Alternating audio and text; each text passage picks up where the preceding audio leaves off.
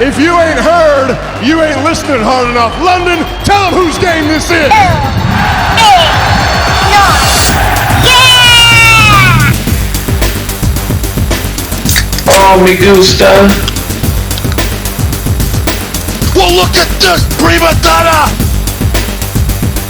Acknowledge me. Ladies and gentlemen, it's showtime, folks! Woo!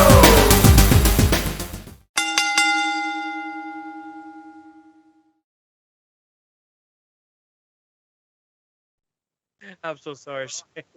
Ladies and gentlemen, take 200. We are live, finally. With us tonight, because I already did the intro already. With us tonight, we have a very special guest. We have the Iron Demon, one of my favorites from GCW. I give you Shane Mercer. Oh, What's up, guys? How y'all doing? Welcome to the show, bro. Oh, thank you all for having me. Appreciate it. Oh, thank you. The pressure's all ours, man. And sorry about the technical issues that we've been having. That's no problem. No, that's part of it. So, what's been happening, dude? What's going on? Oh, hell, just the usual, traveling everywhere, throwing as many people as possible, hit the gym, try to make some money in the meantime, and hit the road. I like how he just casually says that, just throwing people around. Yeah, just another day, just walking around the gym, killing it.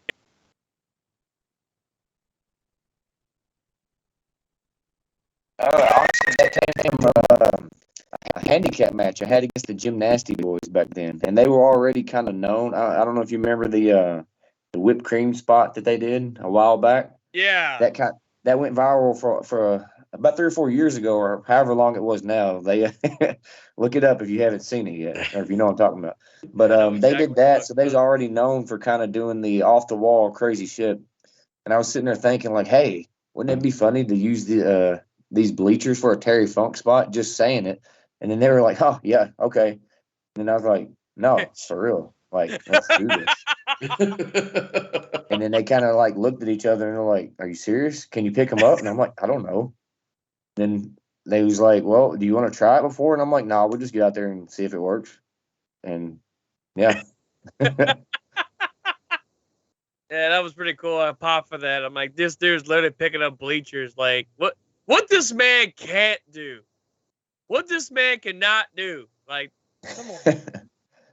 Come on. Anyway. Dude, man, my kind of what Nick said, like what this man can't do. Dude, I was watching your highlight video just before we went live. I have never seen somebody walk the top rope while holding somebody in a fireman's carry position, almost doing like the old school that the Undertaker does. How the man? That's fucking cool. There was a lot of stuff me and my buddies used to do. Whenever we had a ring in the backyard days and stuff, we would do some of the most insane shit. And a lot of the guys you see now everywhere, Aiden Blackheart, Satu Jin, Alex Zane, Tony Deppen and stuff, a lot of these guys came from the same intermingled yard that you see. And we would do stuff and just do crazy shit just to try it. I remember back in the day, we would like just be playing around in the ring to see what is possible and what we could do. And we would do that commander spot for fun, some of us, where we'd like, somebody would like stand on one side of the ring on the top rope. One of us would stand on the other, and then we would literally try to like run and give each other a high five in the middle just to see if we can do it for shits and giggles. Oh, that's Jesus. awesome. But like we would do it, and I guess doing that stuff so much and just doing the crazy stuff got our balance up and got us used to the ring and more comfortable with everything to where a lot of more of this stuff could happen. Now, let me ask you this. So, going into this podcast, right? We've never talked, ever. Your voice does not match your body. So I gotta ask, where are you from, bro? Yes. Kentucky. If you can hear the accent, it probably makes sense now. I'm about to say, it definitely sounds Kentucky. Definitely sounds like it's from Kentucky, like somewhere in a Tennessee. Southern accent. Yeah, I get it from Brett. Brett Lauderdale. Every time he talks to me or Murdoch, he'll always say Mercer, Murdoch on purpose, just because of that. Nice. Now we usually whenever we have a guest on the show, we always have to ask that first question, man. How did you start your wrestling career? career or into wrestling in general? Just Or wrestling in general, yeah. Yeah. Okay. It started by me I was probably 2, 3 years old, something like that. And my dad was taking me to what was a video vault back then, not a Blockbuster or anything. Way before that, even a video vault. And I was wanting to rent a movie, and I started watching I always loved cartoons, like watching Power Rangers and Yes. Spider-Man and X-Men and all that stuff. I always thought it was so badass. But Yes. loved comic books a lot. As so young, it's what always got me into it. And then I remember going in there and not knowing hardly anything about wrestling. I mean, I was so little, I barely remember even being able to talk. But like, I remember seeing a VHS tape with electricity all over and 2 people on there that looked like superheroes. And that was Ultimate Warrior and Hulk Hogan. WrestleMania 6. Yep. And I took that home, fast forwarded to the main event because I didn't know about nothing else, and watched it and was mesmerized about it. Because back then, that to me, seeing that over the top stuff and just like these real life comic book characters came to life to me, and it drew me into it. And that was my first stab with it, and got me mesmerized by it ever since. You know, that's a VHS cover that I'm still enamored with. That's my holy grail I'm trying to find right now. Oh, the Warrior and Hogan, yeah. Oh, WrestleMania 6, the original clamshell VHS. Oh, yeah, I know exactly. Huh. Yeah, I thought you had that already. No. I've been on the hunt. I have been on the hunt because I'm a huge Warrior fan, and just like you, I've seen that case, and it's holy grail. Yeah, just seeing that type of stuff back then, that was just mesmerizing. That the iconic cover of like the electricity and the thunder and the boat, that stuff just drew me in. That was badass. Definitely, like, was it 80? No, it was, when that was 90. It had that 80s feel though.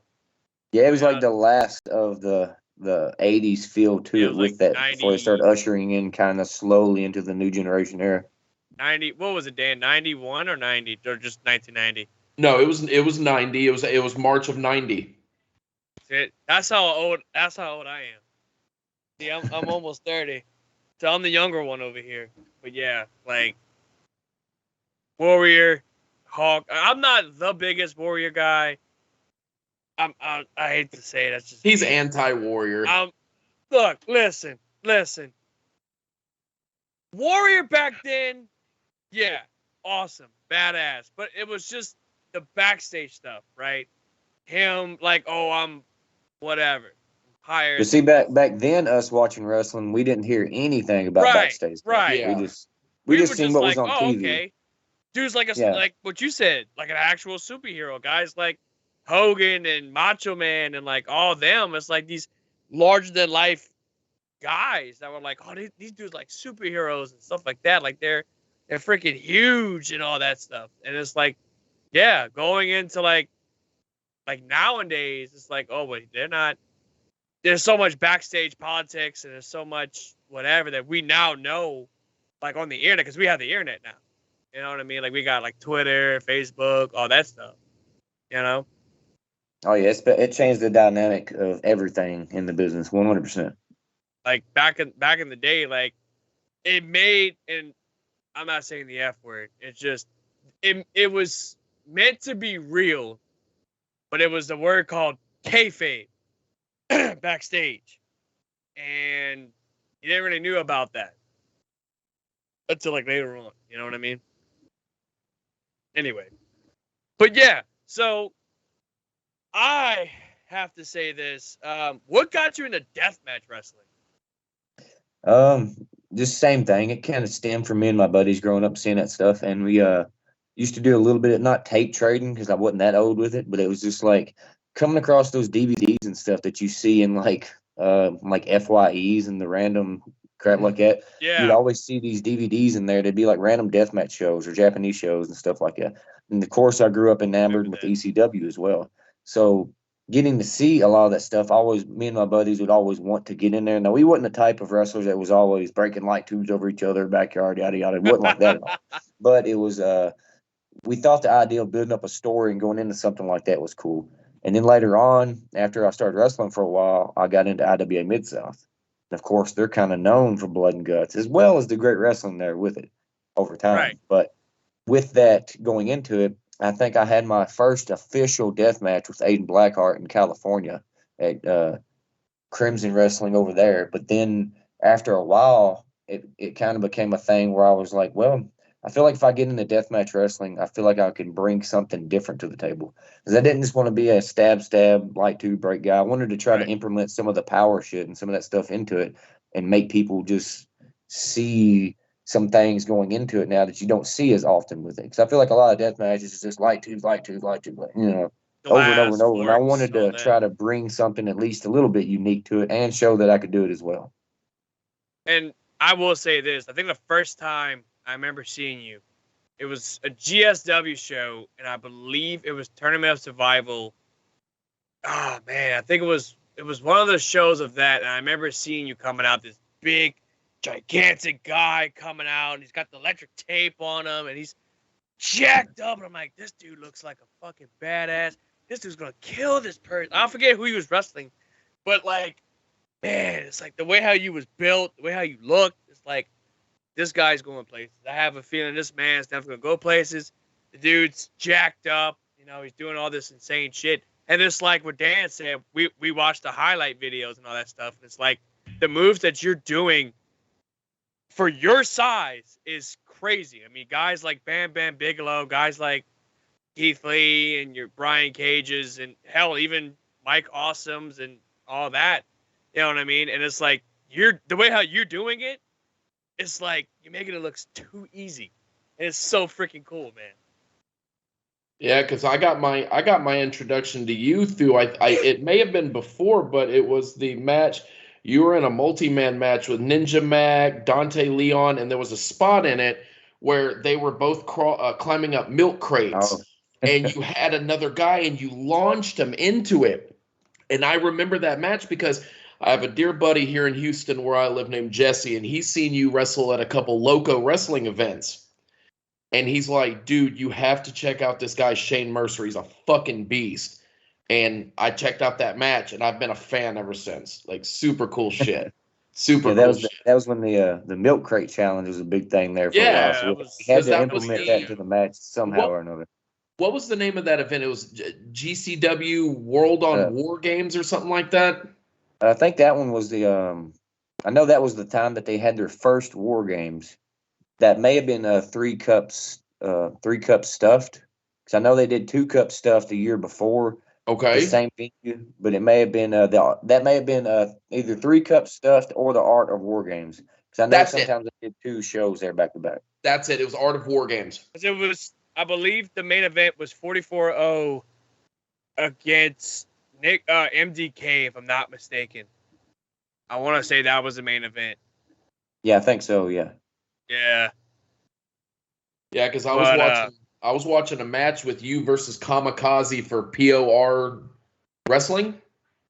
Yeah, that's a unique show. That's like it's a wrestling show mixed with a stunt show. So yeah, that's good shit. A lot of guys there are not very wrestling heavy, but they're super stunt heavy. So you see like this weird combination of all that put together there in a unique environment. Where was that held at? That was held in Virginia. Was it?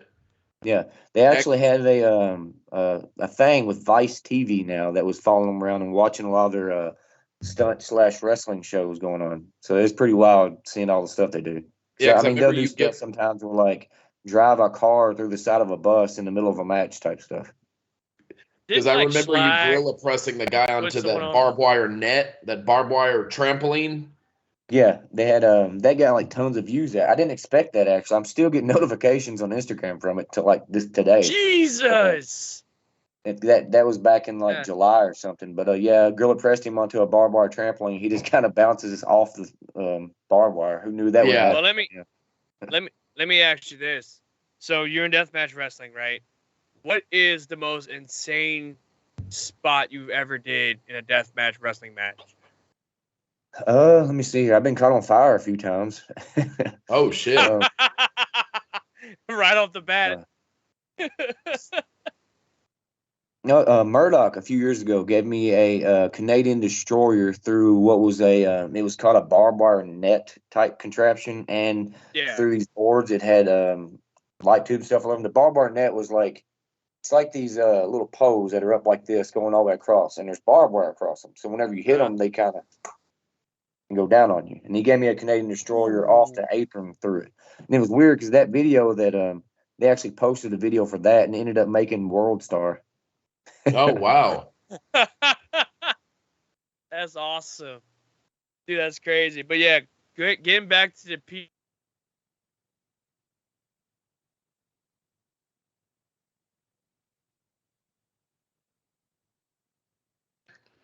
I was gonna say he just froze up. Huh? Your connection froze up for just a second. You're good now. Okay. So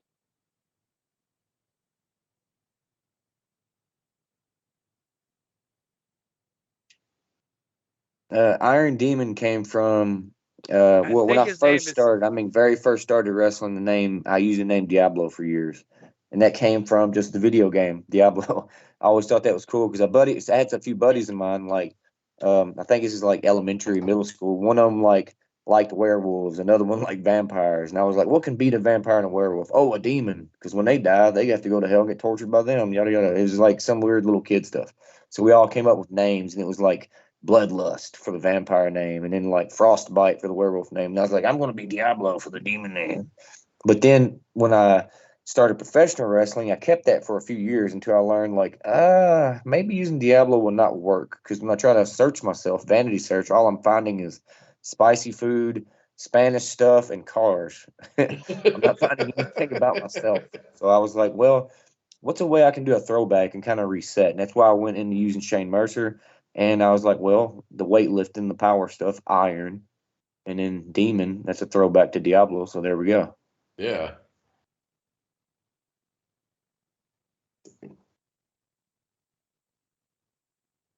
So hey, let me ask you a yeah, it's question. bad. I may I have to close the seen camera for this one.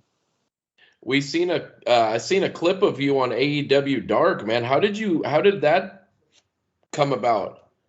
Joey Janela, he's the one that helped hook that up for me back then when he was with him.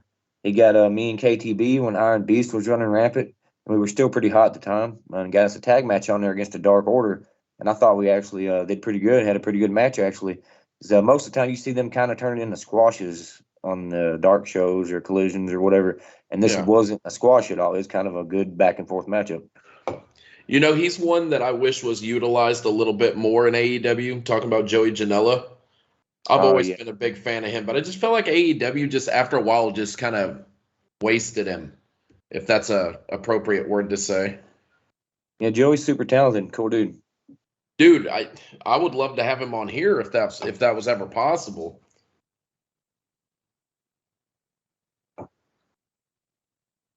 That came about from Evolve. I was at the tail end of Evolve right before they stopped running shows and everything, and before Gabe got hired by WWE, and they had a scout there. Norman Smiley came there, and they was wanting to scout out talent for WWE to come down and do an NXT spot. So they had everybody kind of doing a tryout there, and I guess Norman Smiley was impressed by me the most at that tryout and wanted me to come in and do a spot with him. So I ended up doing this tag match with some other guy. I don't remember his name now, but I thought it was cool in the match that they didn't want me to get pinned for some reason, even though my partner was like 6'10". I'm like, are you sure? Like, okay. But they wanted him specifically for whatever reason. I don't know why. But always thought that was kind of cool back then looking on it. But I ended up going there and working NXT show on the tapings, and I was with the Street Profits. Oh, Oh nice. That's wow. cool. Now this is NXT like Full Sail University days, right? Um, Is it still there? No. I I don't. Yeah, this was at the Performance Center, but I'm not for sure the exact time range. This is like 2019. Okay, okay, that makes sense. Okay.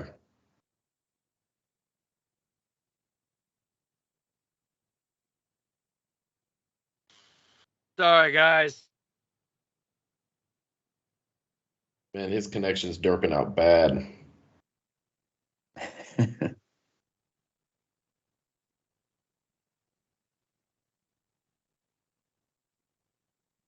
That kind of My started me jumping straight in.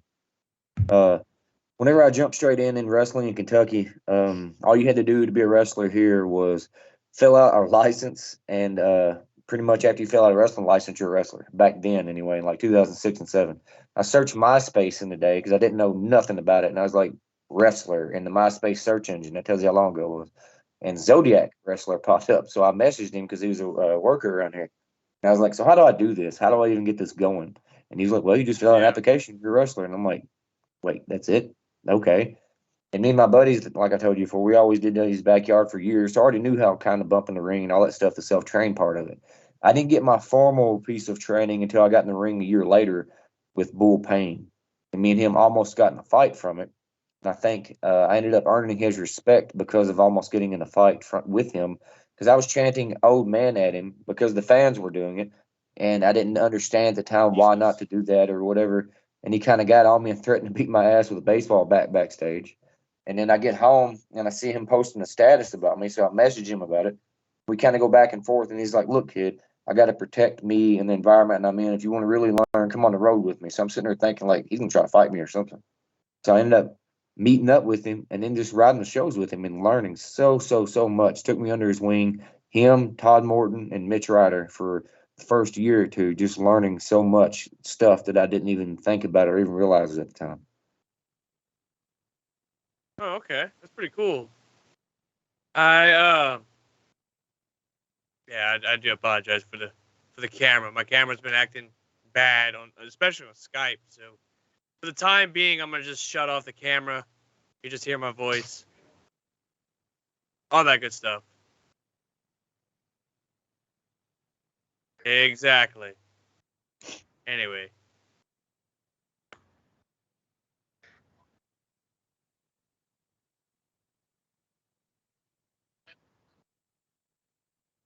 I mean, there's a difference in him not wanting to wrestle me and him getting put in there and booked against me. So we'll see how that goes if that comes to pass one day. I can definitely see a match with y'all two happening. Because that match would happen. That would be in GCW, wouldn't it, Shane? Yeah. Yeah, I'd love to see it. I'd love to see you throw his ass around.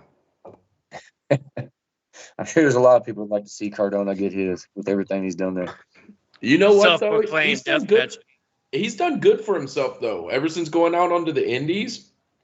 Oh, for sure he has. He totally reinvented what people thought of him when it comes to Zack Ryder versus Matt Cardona, and it's night and day, 100%. Oh yeah. Oh, definitely, 100%.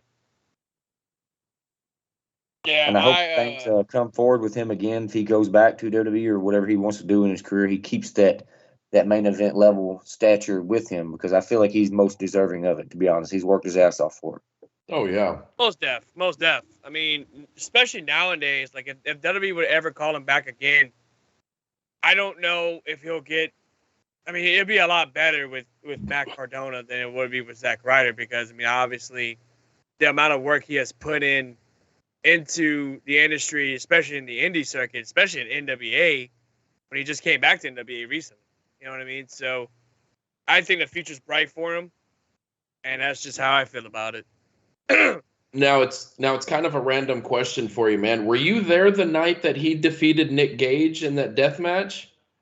Yeah, I was. I actually walked out for it and was watching from the merch stand during that match because I knew that was going to get wild, and it did. Especially after he won, got that 3, and the fans were bombarding the ring and chasing him actually out of the carousel room out into the hall. It was pretty nuts. Wow. I remember watching that shit. Was wild. That was the one person I was not expecting to win the GCW title from. The one person I was not expecting, and when he did, it's like, man, like the stuff he did with that title, he even brought the GCW Universal Championship. Him dressing him as Vince McMahon, the do-rag Vince McMahon, like, dude went above and beyond to make this gimmick really good, and like being the Deathmatch King, pretty awesome. But yeah, I think he fears Shane Mercer, in my opinion. That's just me. No, where is it at? Right. Who are some of your wrestling role models or influences, and how have they impacted your style and career? Well, I've always wanted to have kind of like a hybrid style. I never wanted to be particularly just known for strength stuff. It just kind of evolved that way about what people want to see. So I was talking to somebody not too long ago about how, like, especially with today's times and how wrestling is, it's changed a lot. Back maybe in like when I first started, you didn't have social media as proliferant as it is now. So you could kind of go out there and have a match and make it last 15, 20 minutes and do your thing, and people would respect and like you off that. If I go out there Right. now and I'm at a promotion where people don't know me or something and I try to have a 15, 20-minute match, they may turn off by that. People like to see quick, insane, crazy clips first, and then they invest in you afterwards with it. The people that got me into the styles and stuff I do is a weird mix. I loved watching Rob Van Dam growing up. I loved watching hell. Right. I used to be a fan of seeing Goldberg just smash people because that Of was course. crazy to see that at the time because something like that never happened. Loved the Undertaker. I loved Kurt Angle. Hell, I used to love Mike Awesome and ECW and Taz. And Yes. it's a weird ass blend of stuff there going on. Yeah, I was definitely a big fan of Mike Awesome back in the day. So funny thing is, I didn't watch Mike Awesome until 2012. But at the time, my mom would not let me watch ECW at all when I was a kid. Like whenever I was like 6 years old, ECW would come on. My mom's like, "No, you're not watching this because obviously because of the type of product they were putting out." And it's like I never got a chance to see Mike Awesome in his prime, tearing up everybody, especially him against Tanaka. Like I never got a chance to actually see that until like later on down the line when they had their little trilogy and all that stuff. It was insane. I mean, Tanaka's still going too. He still goes Oh hard. yeah, yeah. I believe he's not in. I know he's somewhere in Japan. I forget where he's at, but like he'll occasionally come down to the States and do a show. If I'm not mistaken, I believe Tanaka is either with. I think he's with Big Japan Pro Wrestling right now. Yeah. So. Well, you've Me and Tanaka competing in actually followed Japan each other on versus. socials and interacted a little bit about having a match together. That's something I'd like to get going down the line. Dude, that'd be That'd be cool. pretty sick. That'd be pretty sick. So my question is, you've competed in Japan, correct? Hmm. Okay. So what is it like competing in Japan versus competing in the States? The fans at first are a lot more quiet, but it doesn't mean disrespectful as if it does in America. There's two totally different quiets. Quiet in America usually means disrespectful because people's not paying attention as much, but there's like edge of your seat quiet here in America. Over there, it's kind of known as they'll mostly be quiet because they're just intent on watching a lot of the times. Whereas over here, you see a lot of people just kind of on their phones, maybe, or whatever. Sometimes during the matches and stuff, and it's just a difference in the way the fans go about and interact with things. They'll come at you in a different way to approach matches, so to speak, whenever they're cheering and stuff, and they'll kind of wait until the spot's done, let it register, and then cheer or something like that with it.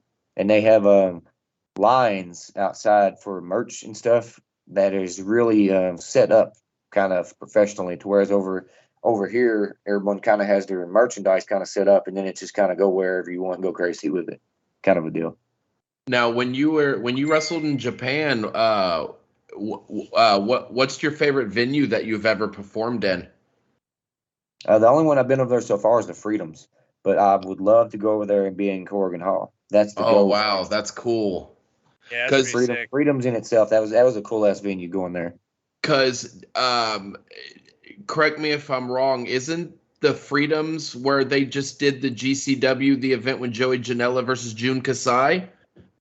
I'm not for sure if it was there or I think it may have been Corrigan Hall. Was it? Okay, because I know the ring said Freedoms on it, so I wasn't sure. Yeah, they did a Freedoms versus GCW show at Corrigan Hall, but they also run out of their Freedoms venue most of the time for most of their Freedom shows. Yeah, because we had, I believe he was a former tag team partner of yours, Madman Pondo. He was on our show a couple months back, and he was telling us about a bunch of his stories. I think he actually just got back from Japan, him and Necro Butcher. Yeah. Pondo, yeah, and they're going back again December 28th or 9th or something. Yes, yes.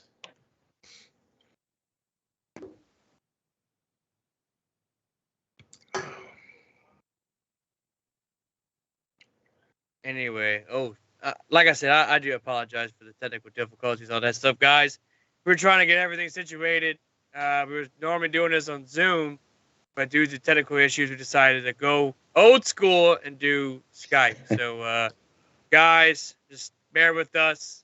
I do apologize. My camera's acting stupid. I'm freezing up and all that good stuff. So, yeah. Getting back to Shane Mercer. My man, do you have a dream match? And if so, who is your dream opponent? If I have a dream match, I'd like to do right now. Let me get a good amount of time to do it, and I'd like to go in there with Claudio. Like me and Claudio would be very fun, and getting to test each other out. Of course, though, I'd like to get in there if I could with AJ Styles, Bryan Danielson. There's a lot of them, even on the indies right now. I'd like to get in there with Josh Alexander, Jonathan Grisham. I like to get a one-on-one myself with Jun Kasai. I got to wrestle him in Japan a few months ago, but it was in a tag. I'd like to get a one-on-one with him. Now, have you ever had any run-ins with like a Will Ospreay or anything like that? No, not at all. I've seen you wrestle Speedball Mike Bailey. Walk with me on how that was one of my favorite matches this year. That's one of my favorite matches. That match was absolutely. And Speedball Mike Bailey is just a special talent, hands down. You know, he just had that match with Will Ospreay at Bound for Glory, which, by the way, Dan, I saw that match finally, and dude, it's definitely match of the year candidate. Too sweet for that one, dude. It's God, definitely. Did you get to see that match from Bound for Glory, Shane? Oh, I've seen clips of it. I haven't seen the full match yet, no. Oh, but yes, I do want to see it. I haven't seen the ratings on everything, and both of them are top tier talents, especially Speedball getting in there with him. I can vouch for that. He's one of the superior ones, especially when it comes to doing what we do.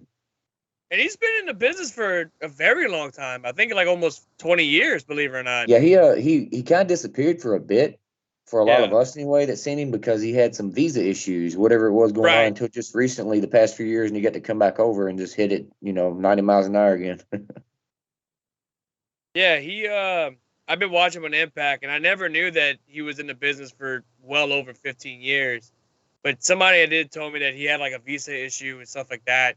And now that he's back, I mean, he's wrestled guys like Kota Ibushi, Will Ospreay, like, this is definitely going to be his year. Well, hands down. The one with me and Speedball, actually, that was not planned for that day. We had like 40 minutes to prepare, and then had our match that day. That was a replacement last second. And I'm glad it happened, but that was a replacement last second. Yeah, that was one of my favorite matches of you, for sure. Like, to see you go at it with him, I felt like it was a damn good, perfect match. It was really good stuff. Definitely enjoyed that match. That was at GCW Ransom, wasn't it? Yeah, I think so. Okay. I know it was one of the GCW shows. I'll try to keep up with it. Yeah, nowadays I'm not saying it's hard to keep up with it, but it's just, if I have the chance to do it, I definitely watch it. I know the last show I actually sat down and fully watched was GCW in Manhattan, the Hammerstein Ballroom. Were you there at that show, Shane? Yeah, I was right there on the pre-show in like a scramble. I think it was me and Alex Zane, and I don't forget who else was in it. Ninja Mac was in it, Dante Leon, and a bunch of others. Was AJ Gray in that match or no? No, AJ wasn't in it. He was in the ladder match later on. Okay, I thought so. It's one of those moments, and everyone here can probably realize what I'm talking about whenever I say this. It's one of those moments where you get out there, you stand in the ring, and you just kind of take it in for a second, look around, and you're like, man, this is a place that I've seen so many matches happen at, in like ECW. Hell, ECW One Night Stand with John Cena happened. All the Raws that used to happen there so many times, and you kind of almost like soak it in for a moment, like the energy of the room, and I'm here now. I'm sharing the room right now with the ghost of past and history, and this is a cool moment. It's kind of sad, and I could probably speak for all y'all here as well as you, Shane, that I feel like that building is it's sad that it's so unused for wrestling events, because like you said, it's such a special building. You don't see buildings that are so special anymore like that. Just like the aesthetic of the Hammerstein Ballroom was always awesome. Yeah, it definitely is. You know, I'm surprised AEW has yet to do something over there. It's crazy. Because I think WWE only does it when they do like that one time old school or Raw goes old school. I don't think it was I at remember, I remember hearing something about issues with getting cameras and stuff up for because of elevators. I don't know what the deal is though. Well, Nick, the Hammerstein Ballroom is in the Manhattan Center where they did that. Oh, okay.